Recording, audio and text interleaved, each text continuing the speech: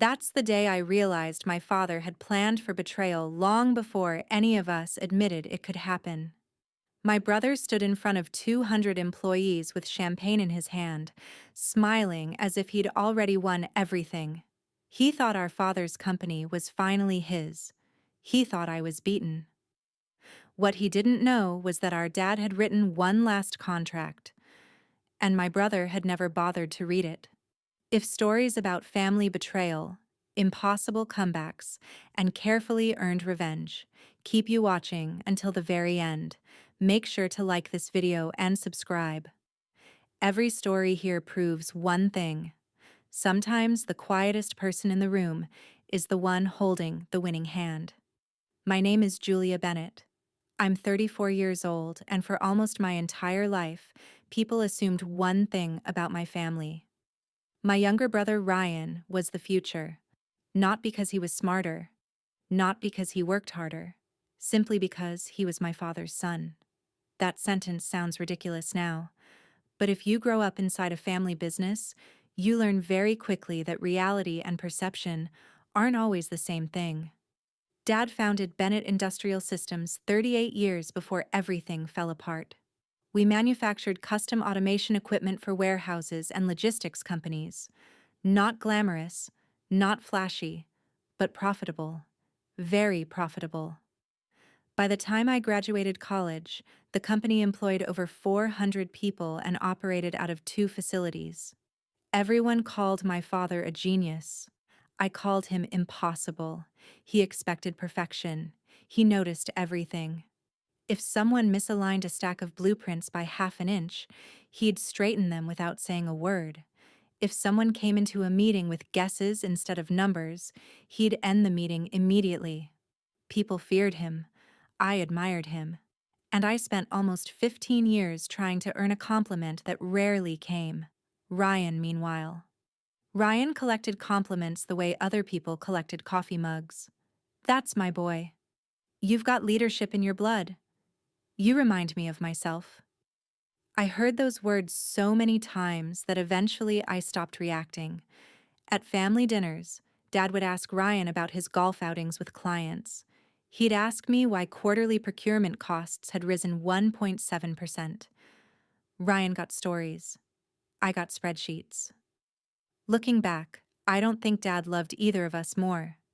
I think he simply knew we needed different things. Ryan needed confidence. I needed responsibility. Unfortunately, only one of those looked impressive to everyone else. When I joined the company after graduate school, I started at the bottom. Not because I had to, because Dad insisted. 3 months in purchasing, 6 months in logistics, 8 months in customer support, factory floor rotations, night shifts, inventory audits. I learned every department. I knew machine operators by first name. I knew suppliers' children. I knew which production line overheated every August because afternoon sunlight hit the western wall. Ryan? He entered management almost immediately. Vice president by 30, executive vice president before 34. His office overlooked the parking lot. Mine overlooked the loading docks. Funny thing was, I preferred mine. People came to me with problems. They came to Ryan with presentations. There is a difference. A very expensive difference. Our mother passed away when I was 23. Dad buried himself in work. Ryan buried himself in networking. I buried myself inside the company. Sometimes I'd stay until midnight reviewing contracts because I knew if I fixed enough invisible problems, maybe one day someone would notice. The warehouse crew noticed. Accounting noticed. Engineering noticed. Dad never said much. Until one evening. I was leaving around 10:30. The building was almost empty. His office light was still on. He waved me inside. Without looking up, he asked, "Why did you renegotiate the Sterling Components agreement?" I froze. Nobody even knew I'd been working on that. It would have cost us another $800,000 over 5 years. He nodded. Silence. Then, "Good catch." That was it. 2 words. Good catch. I walked to my car feeling like I'd won an Olympic medal. It's amazing how desperately children crave approval, even after becoming adults. Ryan laughed when I told him. You worked 15 years for good catch? He nearly spilled his bourbon. I got hugged. I smiled politely.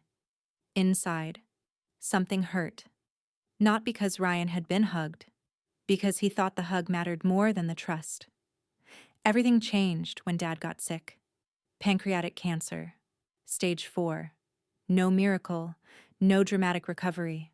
Just appointments, hospitals, chemotherapy, weight loss, silence. The company suddenly felt fragile. Executives whispered. Banks asked questions. Competitors circled. Ryan immediately started introducing himself differently. Instead of saying, I'm executive vice president, he began saying, when I take over. Not if. When. Employees heard it. Clients heard it. Even Dad heard it. He never corrected him. Neither did I. Maybe I should have. About 3 months before Dad died, he asked me to organize every major contract the company had signed over the previous decade.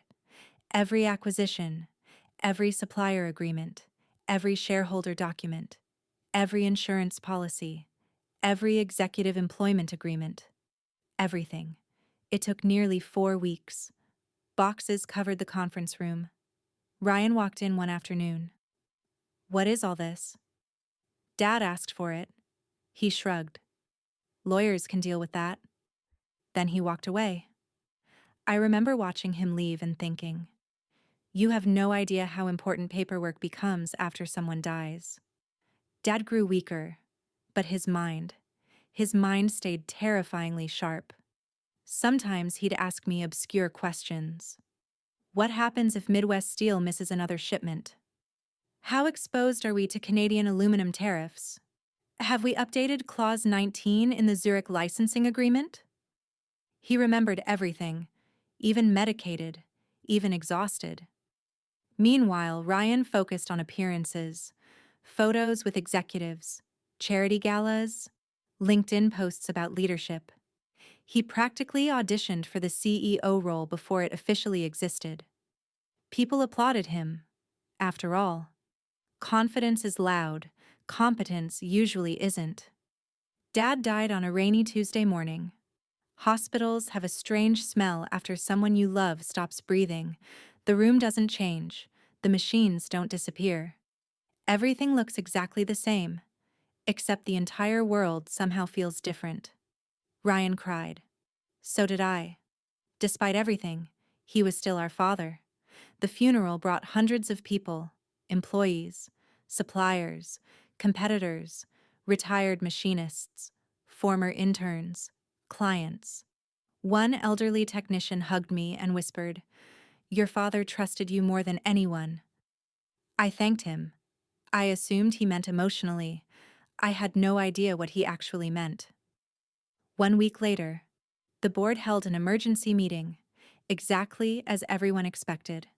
Ryan was named interim CEO. Standing ovation, champagne, handshakes, congratulations.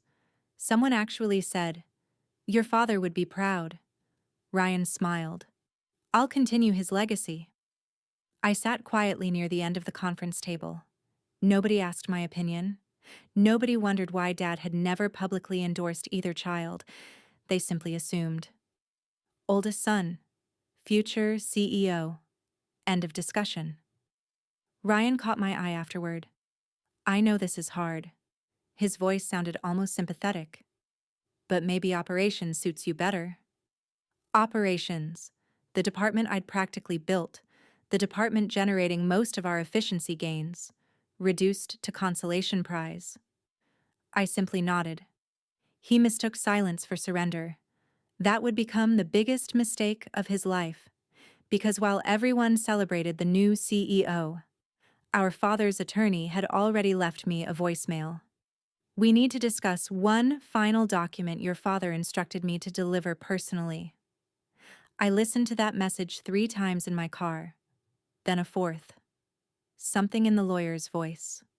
Calm, measured, almost amused, made the hairs on my arms stand up. I had no idea that one sealed envelope was about to change everything I thought I knew about my father, and destroy everything my brother believed he had inherited. I didn't call our father's attorney back immediately, not because I wasn't curious, because I was exhausted. Grief has a strange way of flattening every emotion into the same dull ache. Your mind knows something important is happening, but your body feels like it's walking underwater. Instead, I drove home. My apartment was exactly as I'd left it that morning. A mug still sat in the sink. Dad's last voicemail was still saved on my phone. His jacket, the one I'd borrowed after visiting him in the hospital because he'd insisted I looked cold, hung over the back of one of my dining room chairs. I picked it up without thinking.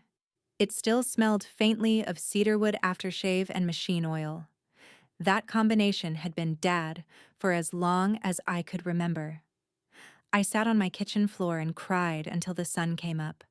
The following Monday, Bennett Industrial Systems looked different. Not physically, emotionally. The lobby flowers from the funeral had already begun to wilt. Dad's framed portrait stood beside the reception desk with a black ribbon draped across one corner. Employees lowered their voices whenever they passed it. Ryan, however, seemed energized. He walked through the building with a confidence that bordered on theatrical. Every conversation became a performance. Every meeting became a speech. I've got a vision. We're entering a new era. My father built this company. I'll take it even further. Some people believed him. Others exchanged cautious glances after he left the room. I noticed those glances. People who had worked with Dad for decades rarely spoke against management. But silence can say almost anything. By Wednesday, Ryan had already started making changes. The executive dining room was renovated. His office received expensive new furniture. A luxury SUV appeared in his reserved parking space. He hired a branding consultant, then a communications advisor, then an executive image coach. Meanwhile, engineering submitted 3 requests for replacement equipment. All denied. Maintenance asked for approval to replace aging compressors. Denied. Production managers requested overtime authorization before a major shipment deadline. Delayed. It wasn't malicious. It was worse. Ryan genuinely believed appearances created success. Dad had believed success created appearances. That difference would cost millions.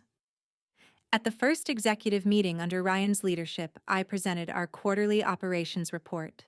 The Cleveland facility is operating at 96% efficiency, I explained. However, Line 4's robotic arm is approaching end of life. If we don't replace it within 6 months, we'll likely experience significant downtime. Ryan barely glanced at the report. Can we stretch it another year? No. Why not? Because the manufacturer no longer supports replacement parts. He leaned back in his chair. Everything has replacement parts. It doesn't. I think you're being overly cautious.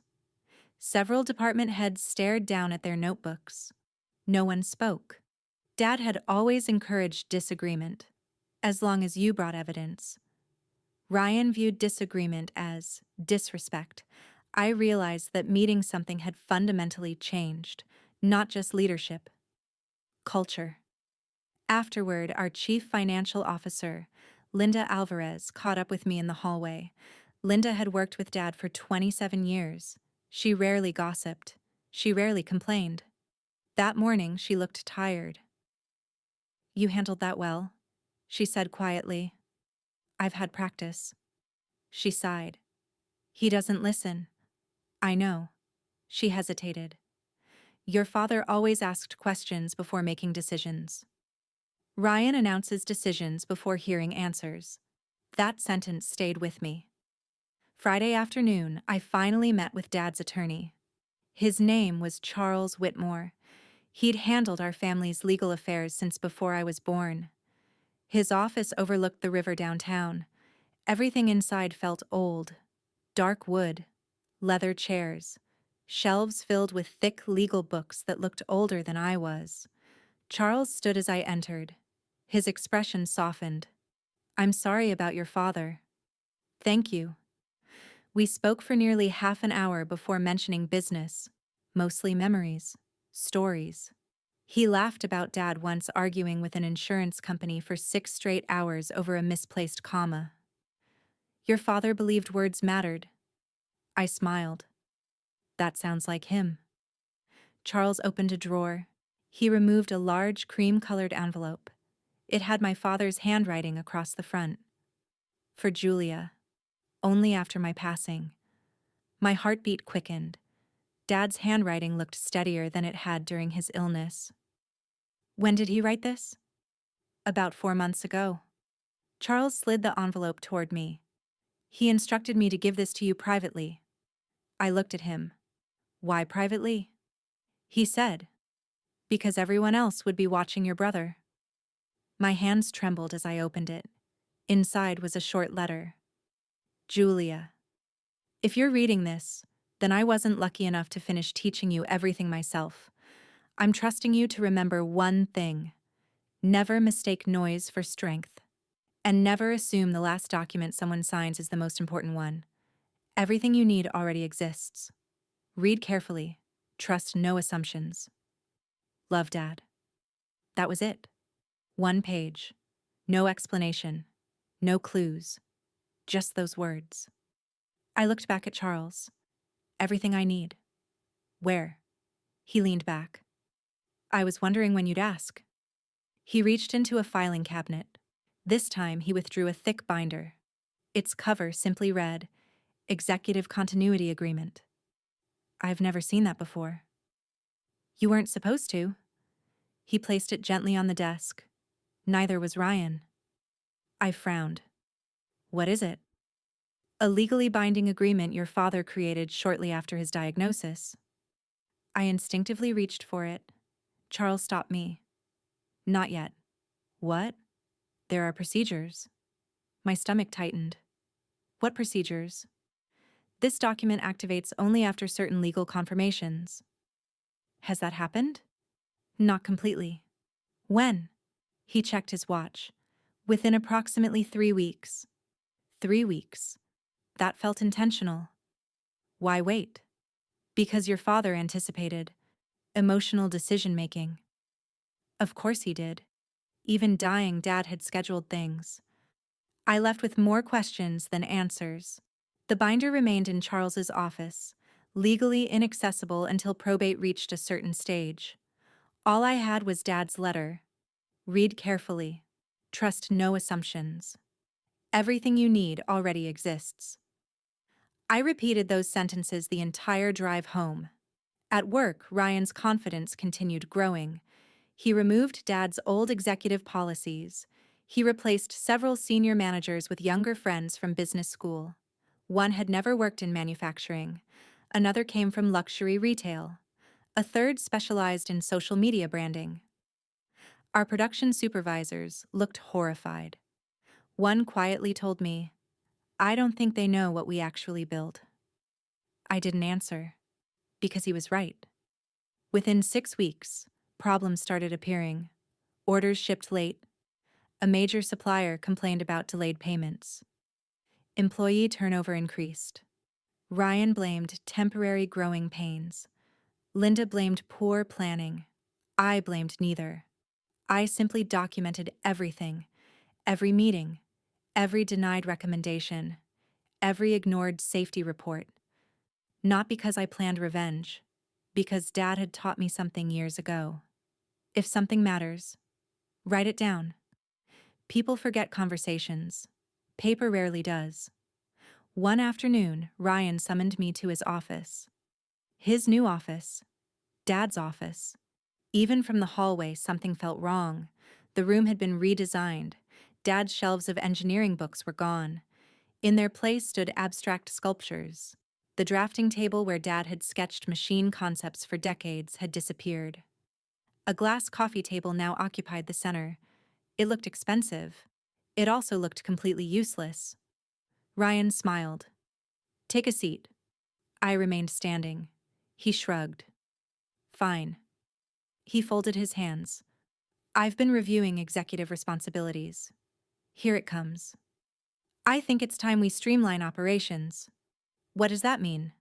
I'm promoting someone else to oversee manufacturing. I blinked. I'm sorry? You'll focus on internal process documentation. I actually laughed. He frowned. What's funny? You want the person who built operations to write manuals? It's important work. No, it is. No, Ryan, it's busy work. His smile disappeared. You seem to forget who the CEO is. I looked around Dad's office. No. I remember exactly whose office this is. Silence. Heavy. Uncomfortable. Finally, he leaned forward. You always thought Dad respected you more. I never said that. You didn't have to. He smiled again. The truth is simple. If Dad wanted you running this company, he would have said so. Those words hit harder than I expected, because part of me feared they were true. Maybe I'd imagined everything. Maybe all those late nights, all those sacrifices, all those impossible standards had simply made me useful, not trusted, not chosen, useful. Ryan mistook my silence for defeat. You can either support my leadership, he slid a folder across the desk, or submit your resignation. I stared at it. Voluntary separation agreement, 3 months salary, non-disparagement clause, effective immediately. He'd prepared this before inviting me upstairs. You planned this. I planned for efficiency. My hands felt cold. Every instinct screamed at me to argue, to fight, to expose every terrible decision he'd made. Instead, I remembered Dad's letter. Never mistake noise for strength. I quietly pushed the folder back. I'm not resigning. Ryan sighed dramatically. Then I'll eliminate your position during restructuring. He genuinely looked pleased with himself, as though he'd already won, as though the game was over. He had no idea the real game hadn't even started. That evening, as I walked through the nearly empty factory, dozens of employees quietly nodded. Some wished me luck. Others avoided eye contact altogether. Fear spreads quickly inside companies. Everyone knew what Ryan was doing. No one believed they could stop it. Neither did I. Not yet, but somewhere, inside Charles Whitmore's office, a binder waited. A binder my father had protected until exactly the right moment. And for the first time since the funeral, I began to suspect my father hadn't left me comfort.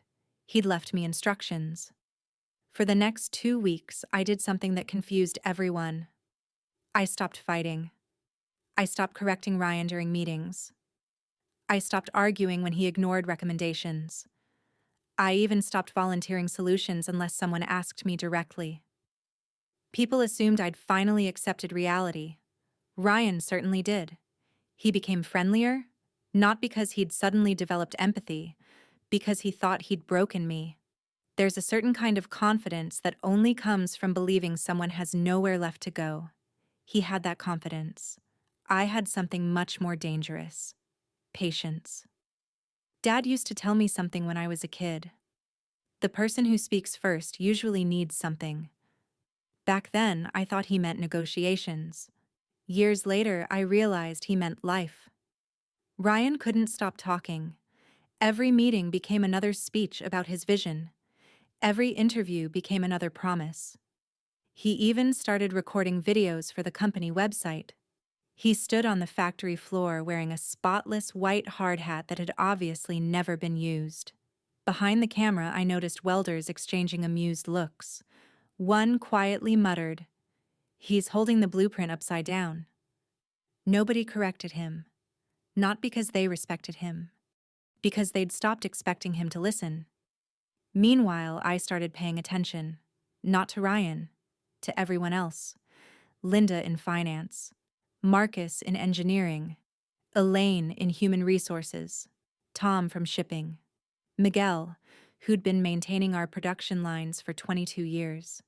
None of them wanted revenge. They wanted stability. The company wasn't just a business. It paid mortgages, college tuition, medical bills, retirement accounts.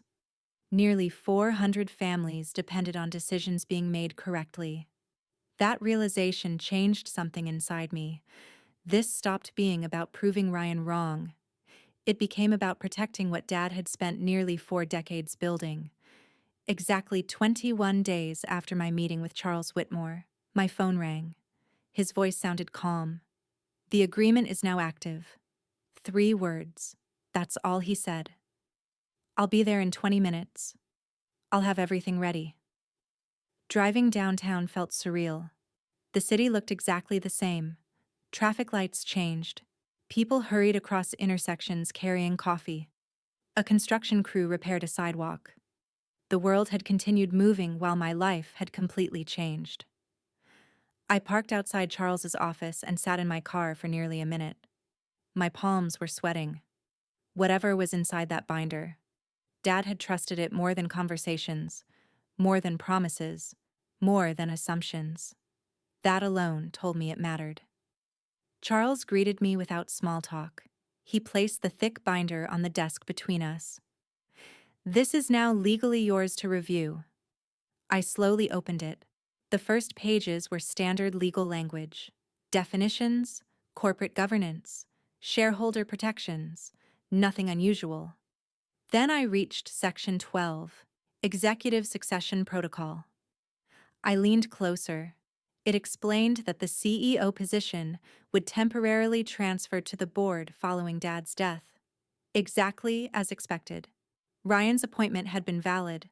So far, nothing surprising. Then I turned another page. Section 13. Conditional transfer of voting control. I frowned. Charles watched quietly. I continued reading. Every controlling share Dad owned had indeed passed into a family trust. Again. Expected. But voting authority over those shares did not automatically belong to the CEO. It belonged to a contract compliance trustee. I looked up.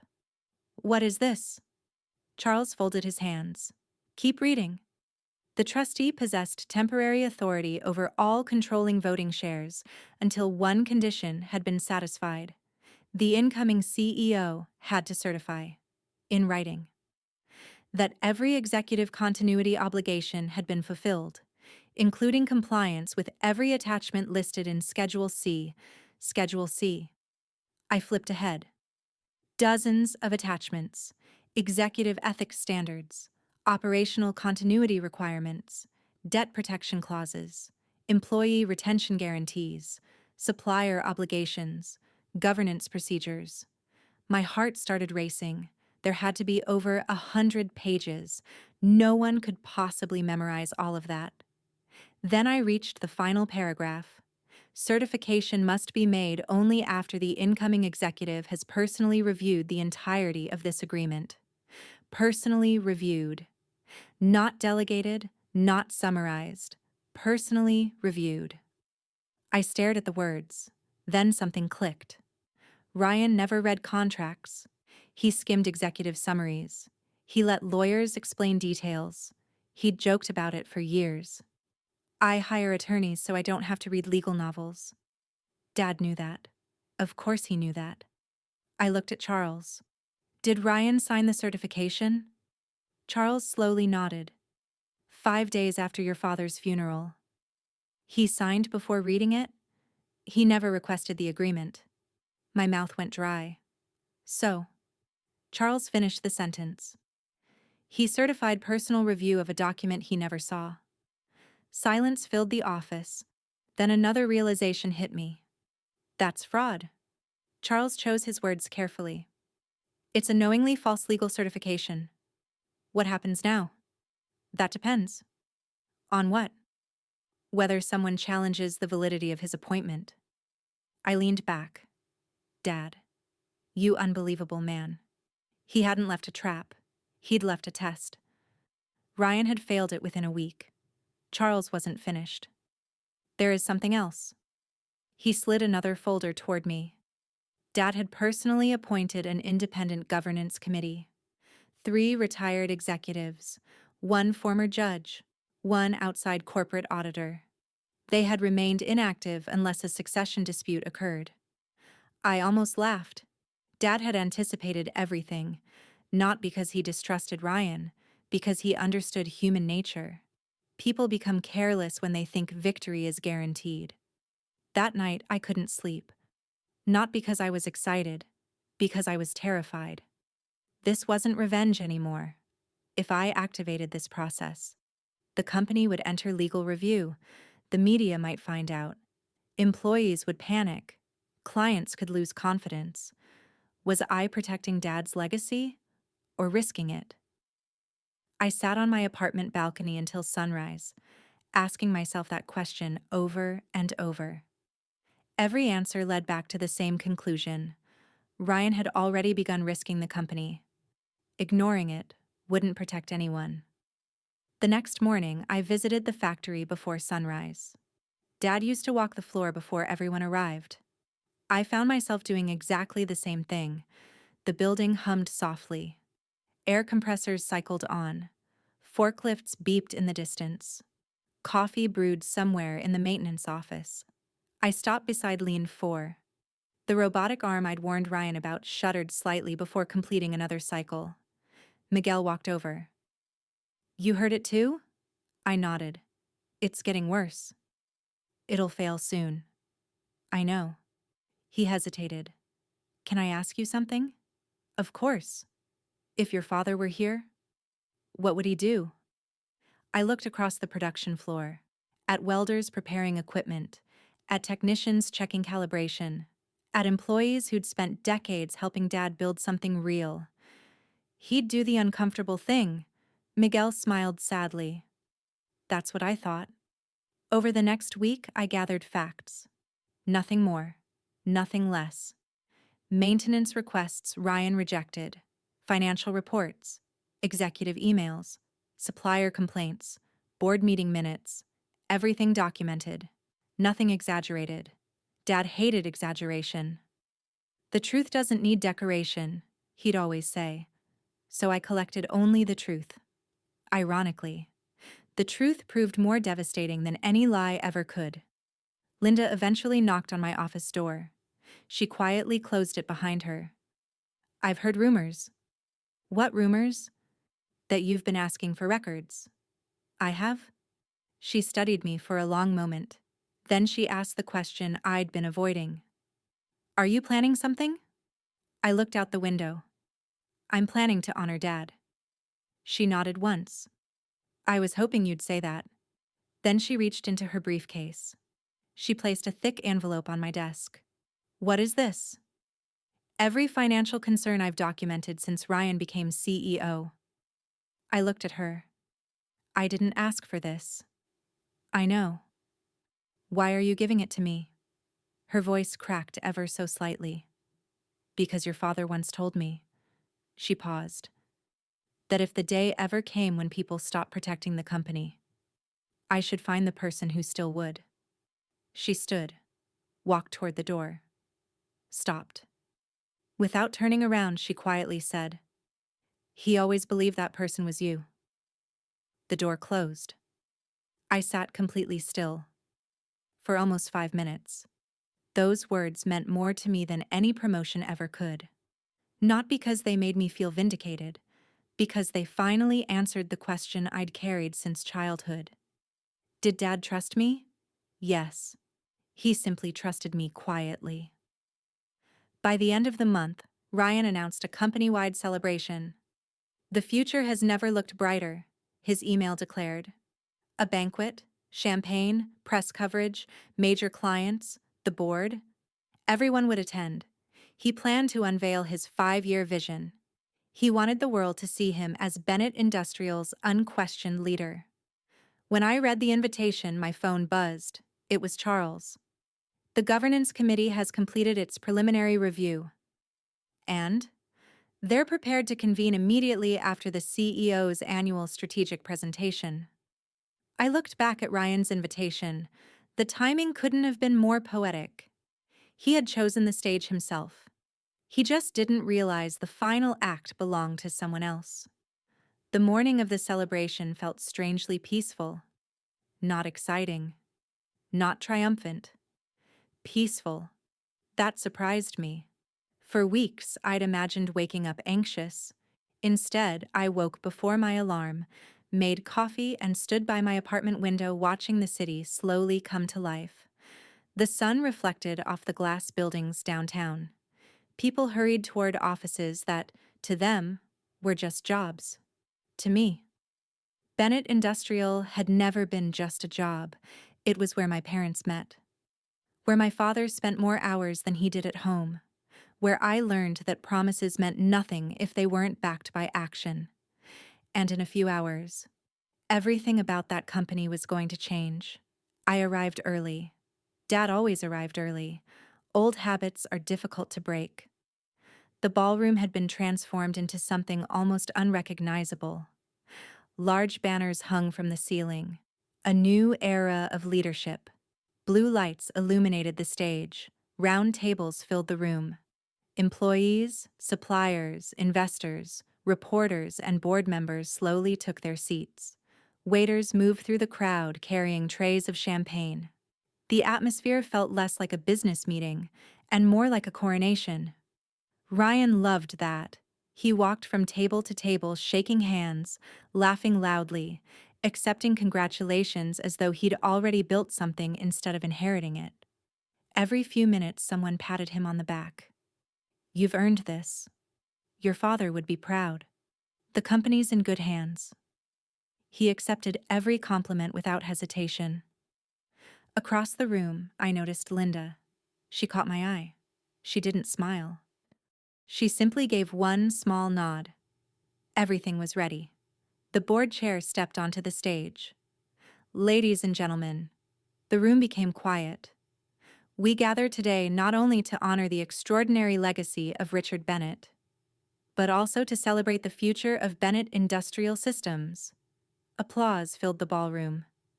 Ryan stood, straightened his expensive navy suit, adjusted his tie, then walked confidently onto the stage. He looked exactly like the CEO he'd always imagined becoming. He smiled at the audience. "Thank you." His voice echoed through the room. "My father built this company with courage, discipline, and vision." He paused dramatically. "My responsibility is to carry that vision even further." More applause. Then came charts, growth projections, expansion plans, new branding, international partnerships, buzzwords, lots of buzzwords, innovation, transformation, synergy, disruption. The audience nodded politely, but I watched the people who actually knew the business. Marcus from engineering, Miguel from maintenance, Tom from shipping. None of them looked inspired. They looked worried. Because beneath the polished presentation, there wasn't much substance. Dad had always said, if someone needs 50 slides to explain an idea, they probably don't understand it. Ryan used 62. 45 minutes later, Ryan reached his conclusion. "I've never been more confident about the future." Thunderous applause. He spread his arms slightly, almost like he expected a standing ovation. He got one, from half the room. The other half stood because everyone else did.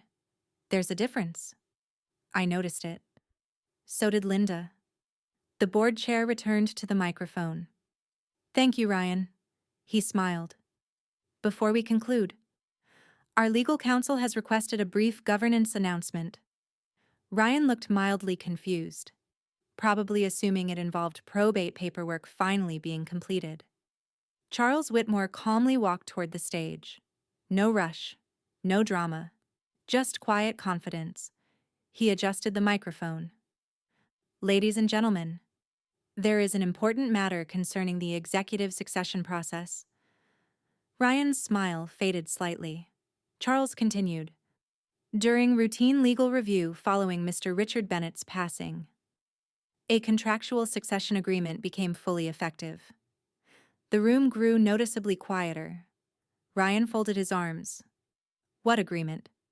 Charles looked directly at him. "The executive continuity agreement." Ryan frowned. I've never heard of it. Charles nodded once. That fact is central to today's proceedings. A ripple spread through the audience. People began whispering. Board members exchanged confused glances. Ryan forced a laugh. There must be some misunderstanding. Charles opened a leather folder. There is no misunderstanding. He removed a signed document. The incoming chief executive officer certified that he had personally reviewed the entirety of the executive continuity agreement before accepting executive authority. Ryan blinked. I signed the transition paperwork. You signed this certification. Charles held up the document. Even from where I sat, I recognized Ryan's signature. Ryan shrugged. So, Charles's voice never changed. You also confirmed that every required obligation contained within the agreement had been satisfied. Ryan looked irritated. My attorneys handled that. No.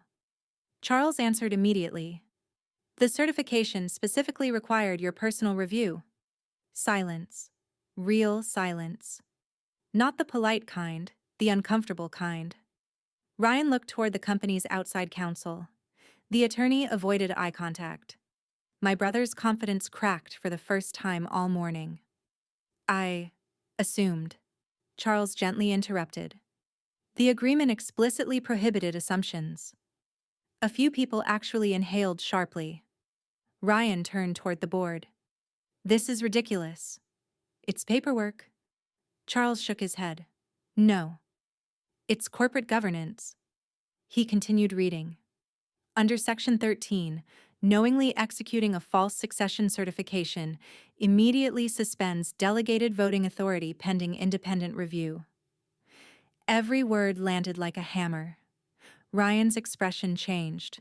Confusion, disbelief, then fear. Real fear. He looked around the room as though someone would explain why this was happening. Nobody did. The retired judge serving on Dad's governance committee stood. He addressed the audience calmly. Our committee has unanimously concluded that Mr. Ryan Bennett's certification cannot be considered legally valid. Effective immediately. Executive voting authority is suspended. Gasps echoed throughout the ballroom. Reporters began writing furiously. Several phones appeared. People started recording. Ryan stepped forward. You can't do this. The judge answered calmly. We already have. Ryan pointed toward me. This is her. She planned this. Every eye in the room turned toward me. Slowly. I stood. For years, I'd imagined this moment differently. I thought I'd feel angry, victorious, satisfied. Instead, I mostly felt sad. I walked toward the stage. The room remained completely silent. Ryan stared at me with disbelief. You knew. I looked at him. Dad gave both of us the same opportunity. His face twisted. What are you talking about? You could have read the agreement. I didn't know it existed. You certified that you had. He opened his mouth. Nothing came out. Because there was nothing to say. I turned toward the audience. My father spent his entire career teaching one lesson. Details matter. He believed leadership wasn't about confidence. It was about responsibility. I looked back at Ryan. You didn't lose this company because Dad chose me. You lost it because you believed reading the contract wasn't worth your time. That sentence seemed to hit him harder than the legal ruling itself, because deep down, he knew it was true. The governance committee announced that, under the agreement Dad had drafted, interim voting control would remain with the independent trustee until the board elected a permanent CEO after a full review. This wasn't an automatic victory for me. Dad hadn't guaranteed me the position. He'd guaranteed a fair process. There was a difference. And somehow, that made me respect him even more. He hadn't built a trap for his son. He'd built a safeguard for his company. Over the next several weeks, investigators reviewed every executive decision Ryan had made. None of it suggested theft. None of it suggested criminal intent. Only arrogance. Repeated arrogance. Ignoring procedures. Approving expenditures without proper review. signing certifications he hadn't read, replacing experienced managers without documented justification. Every decision painted the same picture. Someone who wanted the title, more than the responsibility. The board interviewed candidates for the permanent CEO position. External executives applied. So did internal leadership, including me. My interview lasted nearly 6 hours. The board questioned every decision I'd made over 15 years, every recommendation, every mistake, every success. When it ended, I was emotionally exhausted. But for the first time, I felt I'd truly been evaluated, not as someone's daughter, not as someone's sister, as myself. 3 weeks later, the vote was unanimous. The board elected me Chief Executive Officer. When they announced the result, I thought I'd cry. Instead, I remembered something Dad once said after one of my worst days at work. Respect lasts longer than applause. The board members shook my hand one by one. No champagne, no standing ovation, no celebration. Just quiet respect. Honestly, I preferred it. One of my first decisions surprised everyone. I offered Ryan a meeting. Not because I intended to give him another executive role, that was impossible, because I wanted us to speak once, without lawyers, without reporters, without the board. He accepted. We met in Dad's old office. I'd restored it almost exactly as it had been. The engineering books had returned. The drafting table stood beside the window again. Even Dad's old coffee mug sat on the shelf. Ryan noticed immediately. You changed it back. I changed it home. He didn't argue. He simply looked around the room for a long time. Finally, he asked, "Did Dad really trust you that much?" I answered honestly, "I think he trusted both of us." Ryan frowned. Then why? He expected different things from us. Silence. Then, very quietly, I never read contracts. I know. I thought they were just formalities. I know. He laughed once. It wasn't a happy laugh. It cost me everything. I looked at him for a long moment. No. It cost you a position. You decided what happened after that. He stared at the floor. For the first time in our lives, he wasn't trying to win. He was simply tired. Ryan eventually left the company. Not dramatically. No lawsuits. No public accusations. He accepted responsibility for what had happened and moved into consulting several states away. We still speak occasionally, not often, but enough to remember we're family.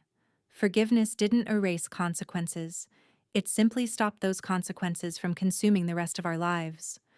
As for Bennett Industrial, the company stabilized.